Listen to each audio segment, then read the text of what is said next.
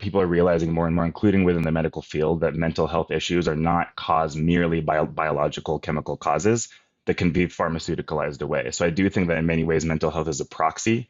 And I think it's really unfortunate that Kevin brought in this claim that we're a cult. I think the fact that there is this sense that mental health can be bigger than just biology is not an No, unscientific perspective. of It's course one not. that's No, informed by like the crisis of isolation, these other of things that are not course, quite of there. So I course. think part of what I'm saying here is that medicalization, the medical framework, allows us to look at some of these issues in a particular evidence-based way. But I don't I think it actually paints the whole picture. We have a mental health crisis in this country. We have insurers and payers that don't reimburse people for mental illness where they would reimburse them for physical illness. We treat them completely differently, which we shouldn't.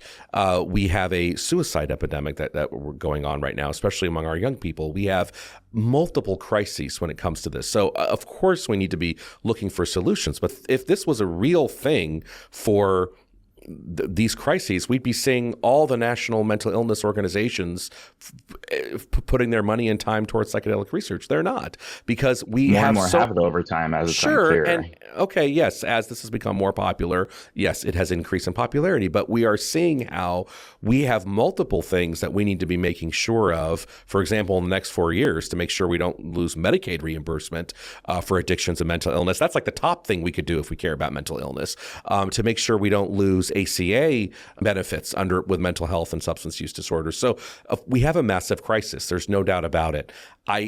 No one's, again, I don't know anybody that would be against research of anything that could be helpful. What we're saying is right now, what I'm saying at least is right now, when I see one of the most prominent journals in the country retract the phase 2 trials of the MTMA study that went on, I mean, that tells me that there's something going on here that we need to sniff around and make sure that we're doing the right thing, and that we should tread very lightly when it comes to this area of psychedelics.